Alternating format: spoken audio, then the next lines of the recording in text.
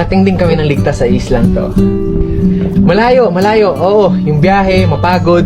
Pero pag nakita mo na kung yung nag-aantay sa'yo, mapapawi lahat ng pagod na yun. Kasi, yung literal na pagod, isang tulog lang yan eh.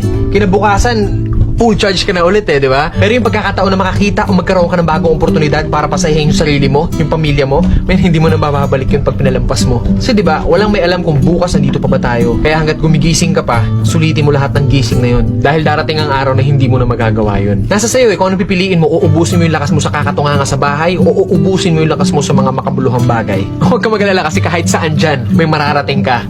Alam mo na yun. Hindi, ganito kasi yan. Dahil lang alam mong matagal at mapapagod ka, hindi ka natutuloy. Tsong wala kang mararating kung hindi mo pipihitin yung susi sa loob ng ulo mo. Gaano man kataas ang pangarap mo sa buhay, huwag kang matatakot sa pagod at sakripisyo dahil parte yun eh. Hindi ka makakakain ng kanin kung hindi mo sasaingin. Hindi ka makakakain ng ulam kung hindi mo lulutuin. Lahat ng bagay kailangan kilusan mo muna sa umpisa. Hindi tatakbo ang sasakyan kung hindi mo sususian, kung hindi mo lalagyan ng gasolina. Hindi yun tatakbo sa kung saan mo siyang direksyon dapat dalhin.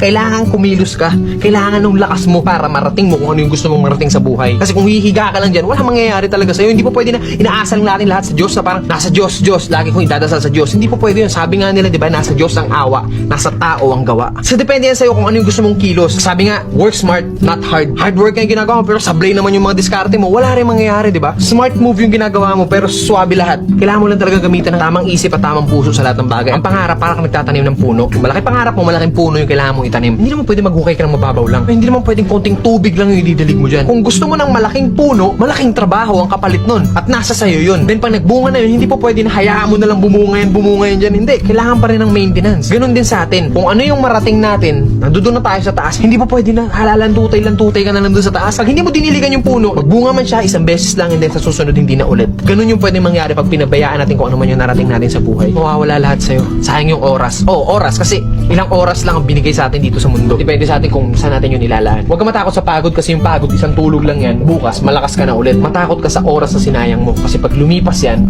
kahit tumambling ka pa ng 100 beses dyan, hindi mo na mababalik yan. Ano man ang landas na tinatahak mo ngayon, mabagal man ang pag-usad mo, ang mahalaga, umuusad ka. Hindi, nakastuck ka lang sa comfort zone mo, men, sablay yun. Kailangan mabagal man yung movement mo, pero hanggat umuusad ako, still, umuusad ako. Darating at darating ang panahon na lahat tayo makakarating sa gusto nating puntahan. Pare-parehas lang ang kinakain ng tao, kaya lagi mong isipin na kaya mo rin yung kaya nila. Pero isipin mo rin na bago mo kayanin yung kaya nila, kailangan mo munang kayanin yung kinaya nila para kayanin mo kung ano yung kaya nila ngayon. Gets mo? Ito lang ang kailangan mong gamitin dyan. Hindi mo na kailangan lumayo saan-saan mga lupalop ng mundo. Nandito lang sa loob ng bilog na to, sekreto ng lahat. Damn, son!